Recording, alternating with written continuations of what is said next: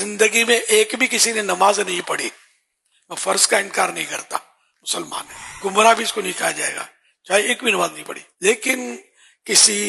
صحابی کے بارے میں برا عقیدہ رکھتا ہے یا کسی اہل بیت کے کسی فرد کے بارے میں برا اعتقاد رکھتا ہے تو یہ گمراہ ہے، چاہے وہ تہجد بھی پڑھتا ہے، اشراق و چاشت بھی پڑھتا ہے، ساری نمازیں پڑھتا ہے، پیشانی پر داغ بھی سجدے گا اور پیری مریدی بھی، اور بھلے کوئی بھی اس کو نسبت حاصل ہو اور نیک پرہیزگار مانا جاتا ہو، لیکن اس وجہ سے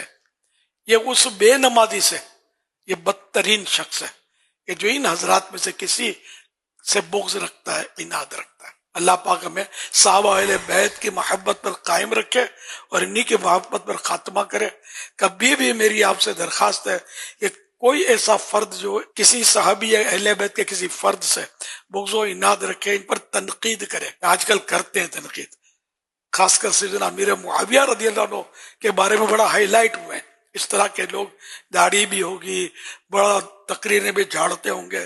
اور مطلب سب کچھ کرتے ہوئے، لیکن سیدنا امیر معاویہ رضی اللہ عنہ کے بارے میں یہ بک بک کرتے ہیں۔ تو ایسوں کی گلی سے بھی نہیں گزرنا، ان کی آواز کان میں پڑے تو کان بند کر لینا، کہ خدا نہ کرے صحابہ اہل بیت کی محبت کی شمع جو روشن ہے ہمارے دل میں وہ کہیں مدھم نہ پڑ جائے، یا خدا نہ خواستہ کہیں یہ بجھ نہ جائے۔ خطرہ، بہت خطرہ۔ تو یہ بالکل 440 واٹ یہ مثال ہے، یہ تو کروڑوں واٹ کا سمجھو خطرہ ہے اس میں۔ تو کبھی ایسوں کے قریب بھی نہیں جانا، بھلے وہ اہل سنت ہی کہلا رہے ہوتے، ان کے قریب نہیں جانا۔ اہل سنت وہ جو میرے آقا امام اہل سنت اعلی حضرت امام احمد رضا خان رحمۃ اللہ علیہ، جنہوں نے صحابہ اہل بیت کی محبت کے ہم کو جام پلائے ہیں، اور ان کی کسوٹی پر جو پورا اترے نا واقعی اور پکا سنی وہ ہے۔ ورنہ آپ مہربانی کر کے کسی کی آستانے کی چمک دمک، کسی کی تقریر کی مطلب رمق اور تم تراق اور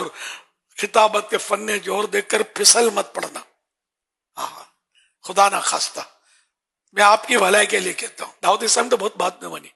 الحمدللہ صحابہ کرام علیہ رضوان کے تعلق سے اور اہل بیت کے تعلق سے میں مطلب جذباتی حد تک میری وابستگی شروع سے ہی اللہ کی رحمت سے، یہ سمجھو ہمارے گھر میں سے ہم کو یہ گھٹی میں ملا ہے۔ ہم کو وہ صحابہ اہل بیت کی محبت چاہیے، ان کے ماننے والے چاہیے، ان کے ماننے والے ہمارے سر کے تاج، جو ان کو نہیں مانتے ہمارے پاؤں کی جوتی بننے کے بھی وہ قابل نہیں ہے، خدا کی قسم وہ قابل نہیں ہے، ہم ننگے پاؤں سے ہی الحمدللہ۔